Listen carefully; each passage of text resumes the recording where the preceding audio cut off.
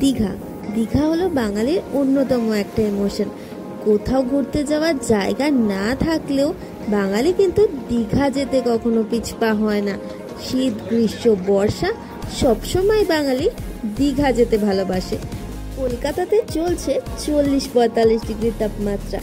আমিও সকাল সকাল ঘুম থেকে উঠে প্ল্যানেট পৌঁছালাম সকাল 10টার সময়। দিনটা ছিল 28শে এপ্রিল। কলকাতা থেকে দীঘা পৌঁছানোর জন্য সারাদিনে দুটো ট্রেন থাকে। একটা হচ্ছে সকাল 6:30টায় তাম্রলিপ্ত এক্সপ্রেস, আর একটা হচ্ছে দুপুর 2:25-এ কান্ডারি এক্সপ্রেস। এছাড়াও কিন্তু প্ল্যানেট থেকে তোমরা প্রচুর সরকারি বাস পেয়ে যাবে, যেটার মাধ্যমে তোমরা দীঘা পৌঁছাতে পারো অনেক কম টাকায়। মাত্র 145 টাকার টিকিট কেটে সকাল 10:30টার সময় সরকারি বাসে বসে দীঘা পৌঁছে গেলাম 3টের সময়। তো ফাইনালি দীঘা পৌঁছে গেছি, ওল্ড দীঘা নেমে গেছি এই যে এখানে। তো এবারে হোটেলে যাব। 4.5 ঘন্টা জার্নি করে ধর্মতলা থেকে দীঘা পৌঁছালাম। এবার হোটেলে গিয়ে একটু ফ্রেশ হব, হয়ে তারপর বেরোবো। আর লাঞ্চ তো করতে হবে, এখনো পর্যন্ত লাঞ্চ করিনি। অলরেডি বাজে 3টে, মানে 3টে বাজতে যায়। তো চলো হোটেলে পৌঁছাই, তারপর আবার তোমাদের সাথে কথা হবে।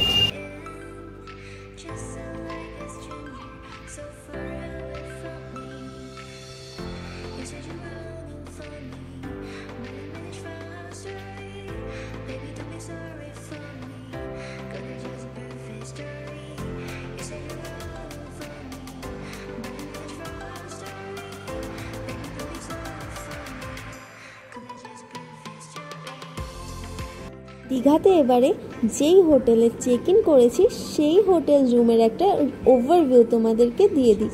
চলো, দেখতেই পাচ্ছ এখানে একটা খুব সুন্দর কিং সাইজের বেড আছে, তার সাথে এসি তো আছেই, টিভি রয়েছে, একটা বিগ সাইজের মিরর রয়েছে, আর এটা হলো ওয়াশরুম। ওয়াশরুমে গিজার, শাওয়ার, ট্যাপ ফেসিলিটি সব কিছুই আছে।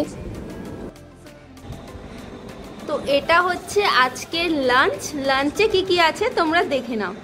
এখানে রয়েছে ফুলকপির তরকারি, তারপর রয়েছে এখানে ডাল, তার সাথে রয়েছে ভাত, আর এখানে রয়েছে এগ কারি, আর আলু ভাজা তো রয়েছে, তার সাথে এখানে রয়েছে স্যালাড, আর ওখানে তো জল রয়েছে। এবার ফাইনালি লাঞ্চ করতে বসবো। অনেকটা জার্নি করে এসেছি। লাঞ্চ করার পর একটু রেস্ট নিয়ে ফ্রেশ হয়ে নিয়ে এখন রেডি হয়ে গেছি। এবার যাবো বিচে। বিচ যাওয়ার ইচ্ছা আছে। আর রুফটপে একটা সুইমিং পুল আছে, যেটা বিকেল 5টা থেকে রাত 9টা পর্যন্ত খোলা থাকে। তো ওখানেও যাওয়ার ইচ্ছা আছে। গাইস, এখন চলে এসেছি সামনে, আমাদের হোটেলের সামনে সি বিচ রয়েছে সেখানে। তো একবার দেখে নাও জায়গাটা কত সুন্দর লাগছে।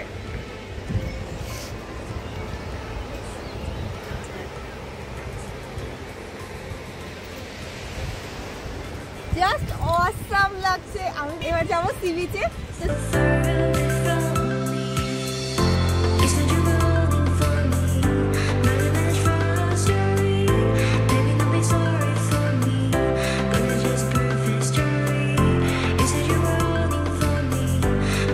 কত সুন্দর ঢেউ আসছে, ওয়াও, কি দারুণ লাগছে। ওইদিকে সূর্যাস্ত হচ্ছে, wow, just awesome awesome awesome, এত সুন্দর লাগছে। দেখো এই স্টারফিশটা নড়াচড়া করছে, মানে এটা জ্যান্ত আছে।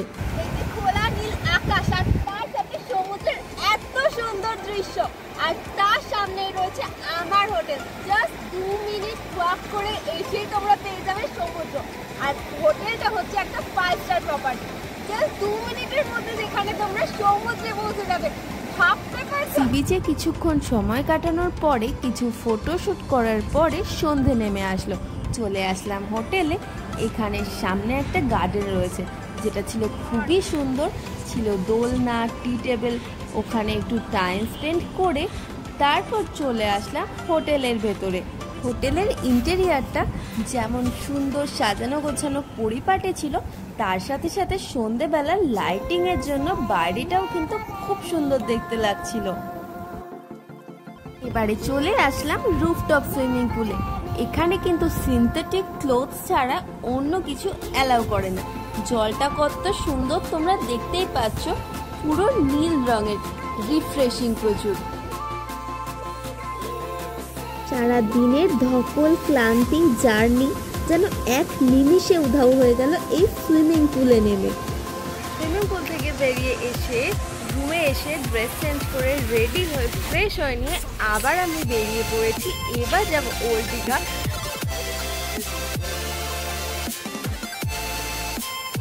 এখন ওল্ড দীঘা, তো দেখতেই পাচ্ছ এখানে প্রচুর প্রচুর প্রচুর ভিড়। তো এখানে প্রচুর দোকান রয়েছে, আর সারাদিনের যে গরম, সেই গরমের এক ফোঁটাও এখন নেই।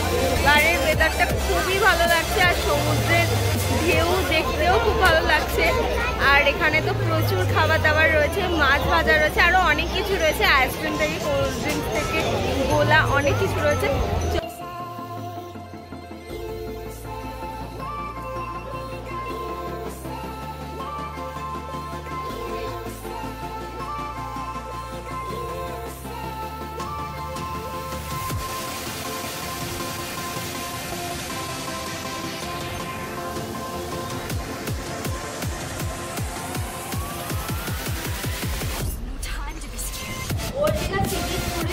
চলে এসেছি, হোটেলে পৌঁছে গেছি, এখন বাজে রাত 10টা।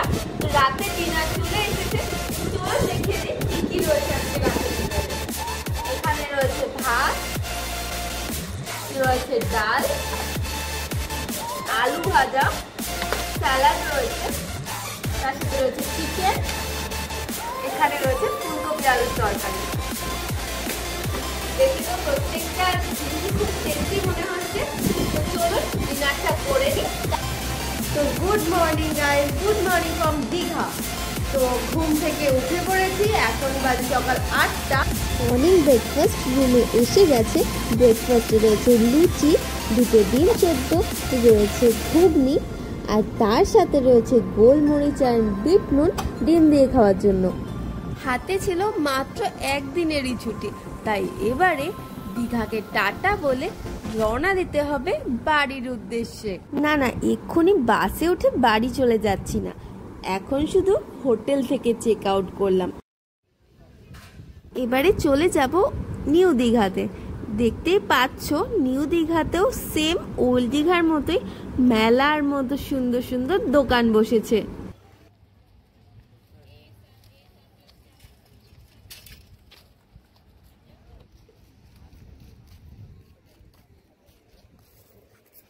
যাই বলো আর তাই বলো, আমার কিন্তু নিউ দীঘার সি বিচের থেকে ওল্ড দীঘার সি বিচটাই বেশি ভালো লাগে। তোমাদের কোনটা ভালো লাগে আমাকে অবশ্যই জানিও। তো আজকের মতো ভিডিওটা এখানেই শেষ করলাম, দীঘা ঘোরা শেষ, এবার যাচ্ছি বাড়ি। তো যদি ভিডিওটা ভালো লাগে তাহলে অবশ্যই লাইক কমেন্ট শেয়ার করে দিও, চ্যানেলটা অবশ্যই সাবস্ক্রাইব করে দিও। আর দীঘা থেকে কলকাতা ফেরার লাস্ট সরকারি বাস থাকে বিকেল 5টা 20-তে।